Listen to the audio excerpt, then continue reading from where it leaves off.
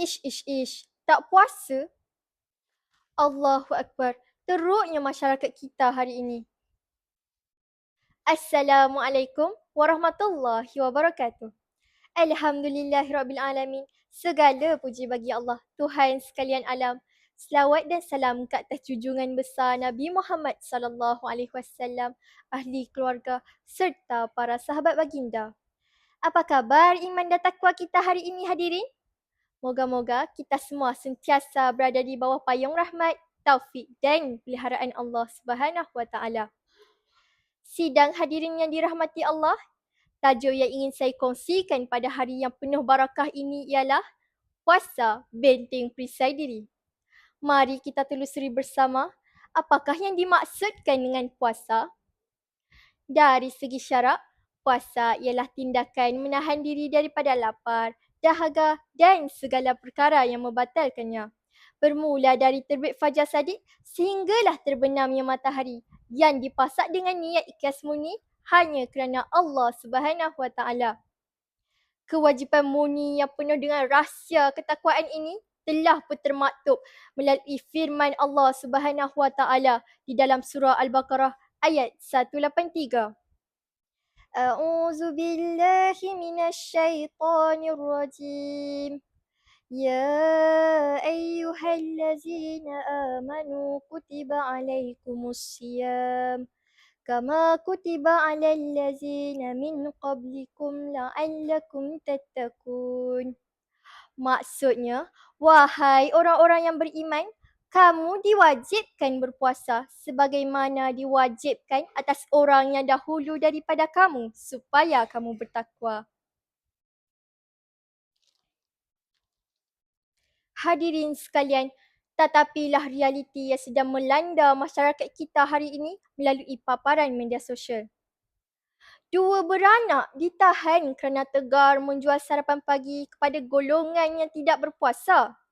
Astaghfirullahalazim.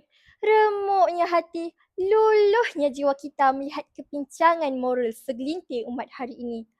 Di saat syariat puasa terpampang dengan begitu jelas di dalam kalam Al-Quran, mengapa masih ada benteng iman yang rapuh? Mengapa perisai diri dengan begitu mudahnya runtuh menyembah nafsu?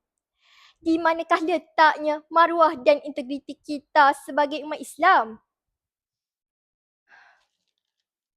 Sebagai penawar kepada kelalaian ini, mari kita alihkan lensa mata dan hati kita untuk menyingkap lembaran sirah. Kita hayati potret perjuangan seorang sahabat agung, Umair bin Al-Humam radhiyallahu anhu.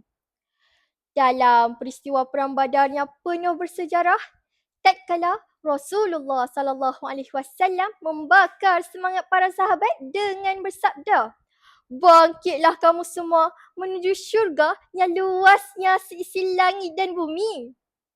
Mendengar kalimat itu, Umair bin Al-Humam yang ketika itu sedang memegang beberapa biji buah kurma untuk dimakan terus terhenti. Beliau melihat kurma di tangannya lalu berkata dengan penuh kerinduan, "Bakin, bakin, alangkah indahnya. Jika aku hidup semata-mata untuk menghabiskan kurma-kurma ini, sesungguhnya ia adalah satu kehidupan yang terlalu lama." Lalu hadirin, apakah yang dilakukan oleh Umair? Tanpa ragu-ragu, beliau terus mencampakkan kurma tersebut ke tanah. Beliau membenteng dirinya daripada keinginan nafsu makan lalu berlari memecah medan pertempuran sehinggalah beliau gugur syahid demi mengejar janji syurga Allah. Allahu Akbar, Allahu Akbar, Allahu Akbar. Lihatlah coretan sejarah ini hadirin sekalian. Sahabat Nabi sanggup membuang makanan, menyekat keinginan asasi mereka demi sebuah ketaatan yang mutlak. Kisah agung ini menemplak diri kita semua. Jika para sahabat terdahulu sanggup membuang makanan, bertahan di medan jihad, mengapa kita pada hari ini begitu mudah kalah dengan nafsu makan sehingga sanggup penting puasa? Ingatlah, puasa bukanlah alasan untuk kita menjadi lemah, bukanlah alasan untuk kita menjadi lesu, bukan jugalah alasan untuk kita kalah kepada nafsu. Sebaliknya, ia adalah sebuah benteng besi yang mendidik kita untuk menjadi hamba yang paling bertakwa. Sidang hadirin yang dikasihi Allah sekalian. Oleh itu, marilah kita pasang perisai ini dengan sekukuhnya di dalam kehidupan kita. Jangan biarkan madrasah Ramadan dan ibadah puasa kita berlalu pergi dengan sia-sia sekadar mendapat lapar dan dahaga. Sebaliknya, jadikanlah ia benteng ampuh yang memelihara iman kita di dunia dan menjadi penyelamat kita di akhirat sana. Sebelum saya mengundurkan diri dan melangkah pergi, terimalah seuntai pantun daripada saya. Tumbuh subur pohon bidara, tempat berteduh si anak rusa. Kukuhkan benteng ke pintu syurga dengan berkat ikhlas berpuasa. Sekian sahaja daripada saya.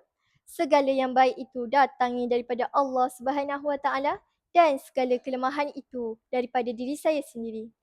Wabillahi taufiq wal hidayah.